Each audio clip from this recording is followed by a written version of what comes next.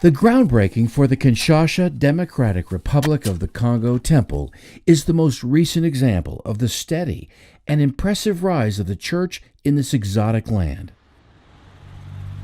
The exponential growth of the Church of Jesus Christ of Latter-day Saints in Africa is nothing short of astounding. I never in my life imagined that I would be living away from home and serving in the capacity in which I'm serving now. Even to those who understand best the culture and complexity of this vast region of the globe, whether they are leaders and converts living and serving in Africa, or those who have come to Salt Lake City, like Elder Joseph W. Satati and Elder Edward Dubé, both of the 70 who helped guide the affairs of the church in the land that seems closer than ever and bigger than before. Take Mozambique, for example. Just 1 year ago, the country's first stake was created in the city of Maputo and attended by more than 1,200 people. A stake is a grouping of congregations by location, and then another stake in the nearby community of Beta.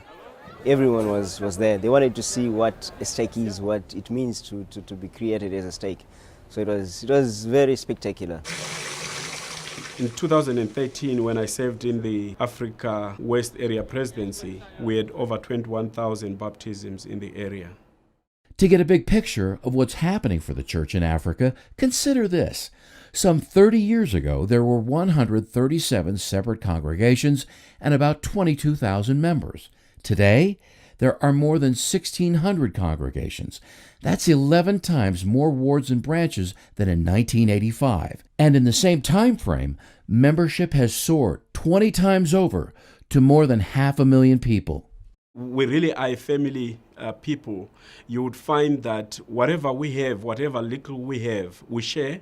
So when the church talks of family, people easily identify themselves with family cultures, family values. Because, again, of their meager circumstances, Africans are people who have grown up helping each other. And so the call to serve is something that is welcome, for most people. In the northwest region of the continent to Accra, Ghana, there is a flourishing youth movement embracing the faith through its programs. Everybody's happy and smiling, and we are coming here to learn, and the gospel fills us with so much joy, so it's worth it in the end. Their faith shows. The people of Ghana have a temple to call their own in the capital city of Accra, joined by additional operating temples in Nigeria and South Africa, while other temples will soon follow in the Ivory Coast, Democratic Republic of the Congo, and Durban, South Africa. But adjacent to the grounds of the Accra, Ghana Temple, a unique and telling site.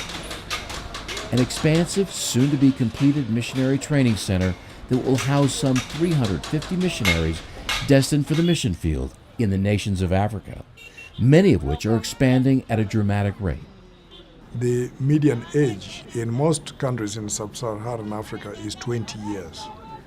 The population of Africa is growing so rapidly that it is estimated that within the next 50 years it will double. So can you just see the opportunity here for the growth of the church? But the growth is carefully followed so that each person has a place of value in the church. As we look to the future, this controlled growth will enable the church to grow in a way that if that had not happened, the numbers would be much higher than we have today, but I think the church would be much weaker. I really feel this is Africa's time. The Lord's hand is in the continent.